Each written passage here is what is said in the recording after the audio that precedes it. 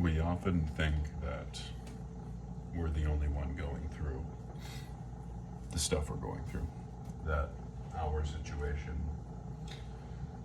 is somehow so unique that nobody else has gone through it before, such that I'm the only one experiencing this thing. I'm alone. There's no way out.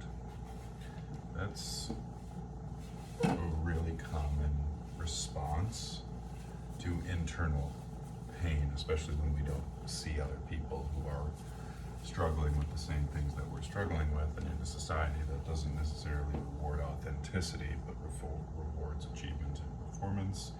It's no wonder that we don't talk about the difficulties in our lives. We talk about the successes. We showcase the people who overcome adversity, that sort of thing. So it can be very isolating to be experiencing struggle. You might think that I'm the only one feeling this way. There's no way out.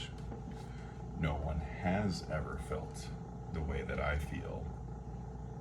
My experience is uniquely different, and therefore insurmountable. I think those are convenient stories the mind tells ourselves to not have to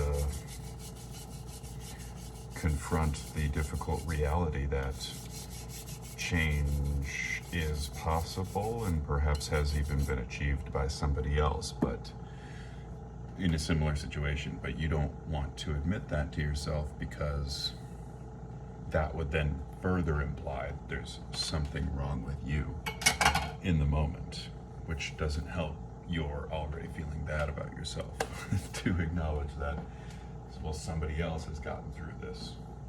It's a difficult mental sort of catch-22, if you will. But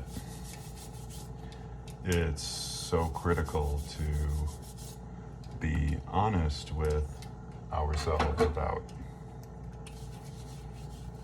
some of our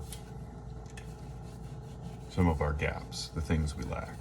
For example, I was having a conversation recently where someone said, I just don't see anyone else who's gone through. I don't see anyone else who's gone through the same thing as me, so I don't think that I can get out of this. And I said, well, first, is it that they don't exist, or you haven't found them? Because they're very different things to say that these people don't exist. Nobody has ever been through what I've been through before. That makes it difficult to have an empowered approach towards what's the next best activity. If you reframe that discussion to, I haven't found anyone who's gone through something similar to me, I think that's a much more empowering realization, because you can then do something about it. You can try and find people. You can try and find people who have been through something similar and perhaps can provide that visibility to what they did as to overcome that similar situation. It's not easy. Asking for help, finding the right people. When I first started going to therapy in my 20s, my therapist said, I had this idea in my head that I was like a badass, for lack of a better term.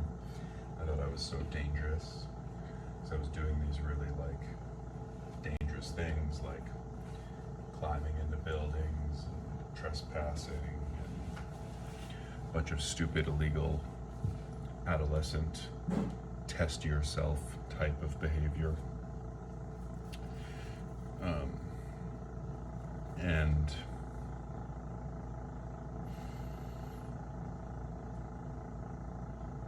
I was saying that, like, you know, I just was looking for a thrill, something to do.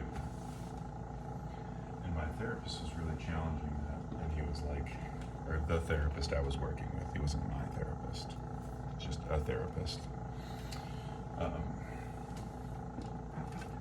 He was like, well, you know, statistically, I bike to work every day, so that's actually the most dangerous thing.